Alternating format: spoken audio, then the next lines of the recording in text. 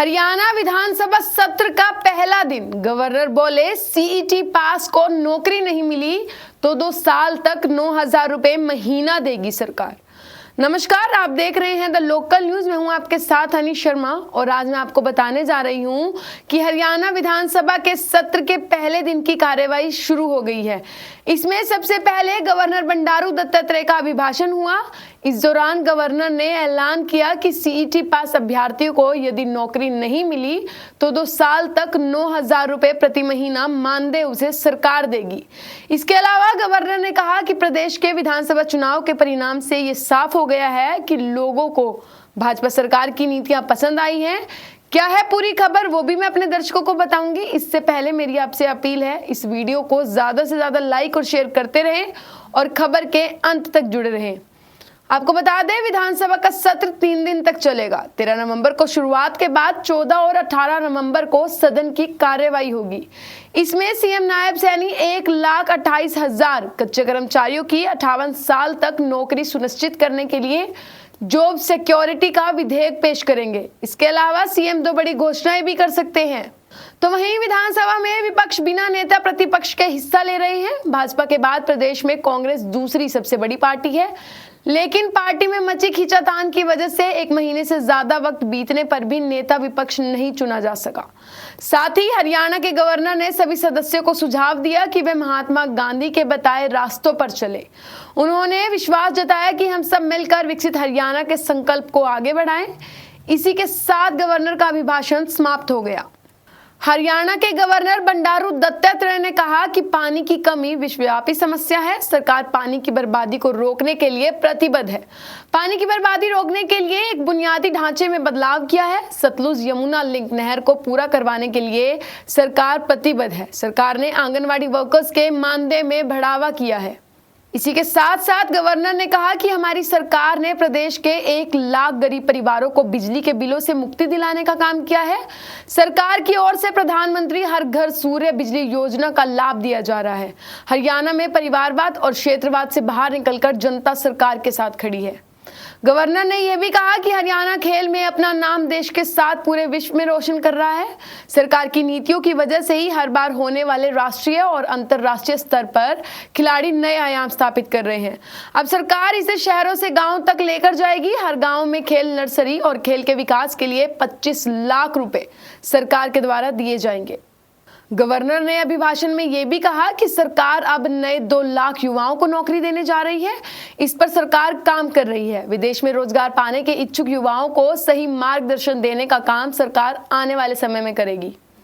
Governor ने कहा, सरकार महिला एवं बाल विकास के क्षेत्र में कई काम कर रही है। बेटी बचाओ बेटी पढ़ाओ के मंत्र को हरियाणा सरकार पूरी तरह से ग्राउंड पर उतार कर काम कर रही है। रात के शिफ्ट में काम करने वाली महिलाओं को परिवहन की सुविधा सरकार दे रही है। गवर्नर बोले कि मेरी सरकार प्रदेश के हर युवा को सबसे बड़े सपने देखने और उनके विकास पर काम कर रही है। युवाओं को सरकारी नौकरी बिना पर्ची और बिना खर्ची के दे रही है। 1 लाख से अधिक युवाओं को मेरी सरकार ने सरकारी नौकरी दी है। गवर्नर ने कहा कि हमारा किसान ज्यादा से ज्यादा आत्मनिर्भर हो, इसको देखते हुए सरकार काम कर रही है। मेरी सरकार किसानों को लाभ देने के लिए कई योजनाओं पर काम कर रही है।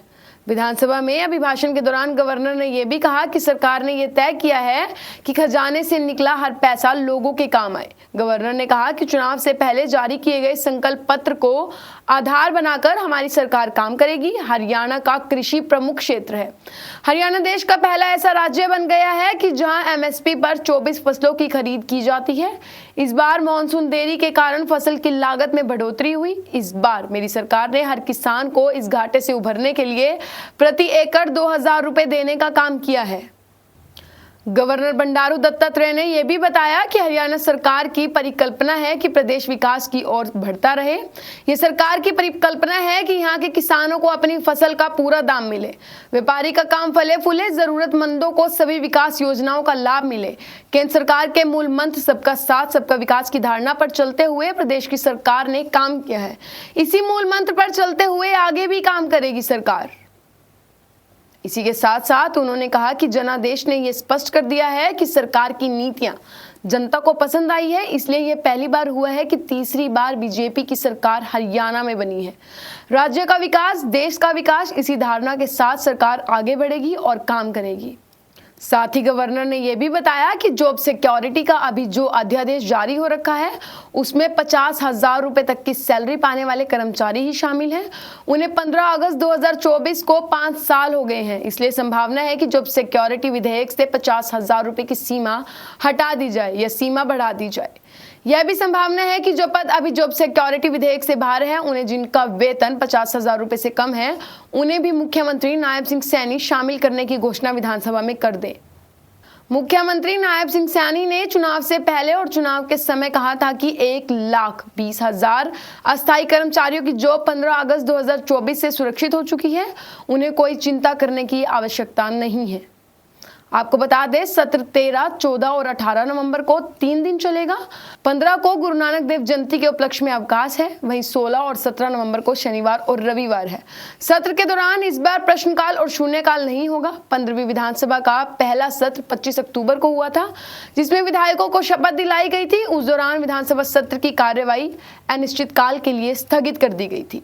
इसी बीच ये भी आपको बता दें कि कांग्रेस बिना नेता प्रतिपक्ष के सत्र में उतरेगी। इसकी सबसे बड़ी वजह यह है कि प्रदेश में कांग्रेस की हार के बाद हुड्डा और सैलजा खेमे में इस पद को लेकर खींचातानी चल रही है। सैलजा समर्थक विधायक हुड्डा का नेता प्रतिपक्ष बनाए जाने का विरोध कर रहे हैं। इसी के साथ साथ आपको बता दें कि इस सेशन में भाजपा के 23 और कांग्रेस के 13 विधायक नहीं हैं। इन्हें विधायी कार्यों की जानकारी के लिए प्रशिक्षण दिया गया है। प्रशिक्षण के लिए विधानसभा सचिवालय की ओर से शेड्यूल भी जारी किया गया था। नए 40 विधायकों में भाजपा कांग्रेस के अलावा INLD के 2 और निर्दलीय 2 विधायक भी शामिल हैं। अब आपको बता दें कि सरकार इन बिलों को कराएगी पास। सबसे पहले हरियाणा संविदात्मक कर्मचारी सेवा की सुनिश्चितता विधेयक, दूसरा हरियाणा सिख गुरुद्वारा प्रबंधक संशोधन विधेयक, तीसरा हरियाणा नगरीय क्षेत्र विकास व विनिमय संशोधन विधेयक, चौथा हरियाणा नगर निगम संशोधन के 2 विधेयक, पांचवा हरियाणा ग्राम शामलात भूमि विनिमय संशोधक विधेयक, हरियाणा पंचायती राज संशोधन विधेयक। फिलहाल के लिए इतना ही। ये थी अब तक की अपडेट, और ऐसे ही तमाम राजनीतिक खबरों से जुड़े रहने के लिए देखते रहिए द लोकल न्यूज़। और मेरी दर्शकों से अपील है, हमारे फेसबुक पेज को फॉलो करना ना भूलें और यूट्यूब चैनल को सब्सक्राइब करना ना भूलें। शुक्रिया।